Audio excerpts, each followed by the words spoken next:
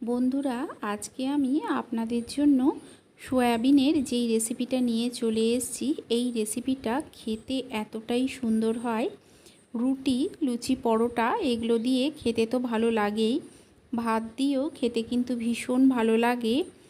মাংসের স্বাদকেও হার মানাবে কিন্তু আজকের এই রেসিপি। তাহলে চলুন দেরি না করে দেখে নেওয়া যাক যে আজকের এই রেসিপিটা আমি কিভাবে বানাই। এটা বানানোর জন্য প্রথমেই এখানে দেখুন আমি নিয়ে নিয়েছি কাবলি ছোলা। এগুলোকে আমি সারা রাত ভিজিয়ে রেখেছিলাম। এই কাবলি ছোলার সঙ্গে আমি নিয়েছি মটর। আমি দুটো মিশিয়েই এটা তৈরি করব। আপনারা চাইলে শুধু মটর দিয়েও তৈরি করতে পারেন। মটরটাকেও আমি সারা রাত ভিজিয়ে রেখেছিলাম। এখন প্রথমেই একটা প্রেসার কুকারে কাবলি ছোলাটাকে দিয়ে নেব। এটা সেদ্ধ হতে একটু বেশি সময় লাগে। মটর আর কাবলি ছোলা একসঙ্গে সেদ্ধ করলে মটরটা একদম গলে যাবে। এটাকে লবণ দিয়ে দুটো হুইসেল দিয়ে নেব। এখানে একটা পাত্রে কিছুটা গরম জল বসিয়ে দিয়েছিলাম, তাতে লবণ আর হলুদ দিয়ে দিচ্ছি দেখুন ছোট সাইজের সয়াবিন। সয়াবিনগুলো হোক ততক্ষণ অন্যদিকে একটা মিক্সির জারের মধ্যে আমি নিয়ে নিচ্ছি দেখুন পেঁয়াজ। একটা ছোট সাইজের পেঁয়াজ নিয়েছি, এর সঙ্গে নিয়ে নিচ্ছি কয়েক কোয়া রসুন আর দিয়ে দেবো দুটো শুকনো লঙ্কা। আপনারা চাইলে কাঁচা লঙ্কাও দিতে পারেন। অল্প জল দিয়ে এর একটা পেস্ট তৈরি করে নেব। এখানে কাবলি ছোলাটাকে দেখুন আমি সেদ্ধ করে নিয়েছি, আপনাদের দেখিয়ে দিচ্ছি। এটা কিন্তু পুরো সেদ্ধ হয়নি, 80% মতো সেদ্ধ হয়েছে। এই সময় দিয়ে দিচ্ছি মটরটাকে দিয়ে দিলাম আর অল্প লবণ, হলুদ আর দিয়ে দেবো লঙ্কার গুঁড়ো। দিয়ে মটরটাকে সেদ্ধ করে নেব। এখানে দেখুন মটরটাকে আমি সেদ্ধ করে নিয়েছি। ঠিক এই রকম হবে, একদম গলেও যাবে না আবার গোটা গোটাও থাকবে। এখন অন্যদিকে আমি একটা প্যান বসিয়ে দিয়েছি, এতে দিয়ে দিচ্ছি কিছুটা সর্ষের তেল। তেলটা গরম হয়ে গেলে প্রথমেই দেব ফোড়নে এলাচ, দারচিনি আর লবঙ্গ।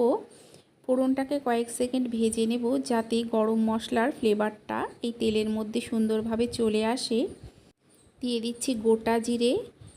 সমস্ত কিছুকে কয়েক সেকেন্ড ভেজে নিয়ে যে পেস্টটা করে রেখেছিলাম সেটা দিয়ে দিলাম। সমস্ত পেস্টটাকে দিয়ে অল্প জল দিলাম, মিক্সির বাটি ধুয়ে দিয়ে দিলাম 1 চামচ আদা বাটা। আর এখানে দেখুন 1 চামচ জিরে গুঁড়ো, হাফ চামচ ধনে গুঁড়ো, হলুদ গুঁড়ো আর অল্প একটু কাশ্মীরি লাল লঙ্কার গুঁড়ো আমি জলে গুলে রেখেছিলাম, সেটা দিয়ে দিলাম কয়েকটা গোটা কাঁচা লঙ্কা। গ্যাসের ফ্লেমটাকে লো টু মিডিয়ামে করে মশলাটাকে কিছুক্ষণ কষিয়ে নেব। তবে গ্যাসের ফ্লেম কিন্তু হাইতে করে মশলা একেবারেই কষাবেন না। অল্প কিছুক্ষণ কষিয়ে নিয়ে এতে দিয়ে দেব একটা ছোট সাইজের টমেটো আমি টুকরো করে নিয়েছিলাম সেটা।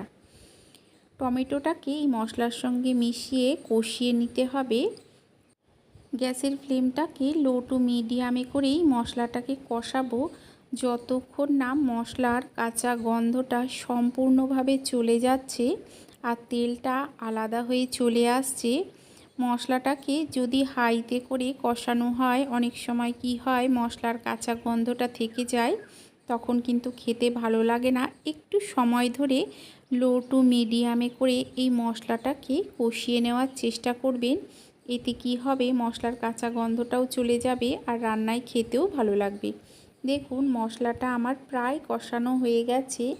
এই সময় দিয়ে দেব সয়াবিনটাকে আমি জল ঝরিয়ে ভালো করে চিপে নিয়েছিলাম। সমস্ত সয়াবিনটাকে দিয়ে মশলার সঙ্গে মিশিয়ে আরও কিছুক্ষণ কষিয়ে নেব। আপনারা যদি রেসিপিটা এতদূর দেখে থাকেন তাহলে অবশ্যই একটা লাইক করে দেবেন, কমেন্ট করে জানাবেন যে কেমন লাগলো।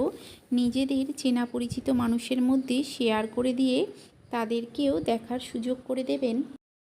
আর চ্যানেলটাকে অবশ্যই সাবস্ক্রাইব করে দিয়ে পাশে থাকা বেল আইকনটা প্রেস করে দেবেন। এতে কি হবে, আমি যখন কোনো নতুন ভিডিও আপলোড করব নোটিফিকেশন সবার আগে আপনার কাছে পৌঁছে যাবে। দেখুন সয়াবিনের সঙ্গে মশলাটাকে মিশিয়ে আরও কিছুক্ষণ আমি কষিয়ে নিয়েছি। এখন এতে দিয়ে দেব সেদ্ধ করে রাখা মটরটা।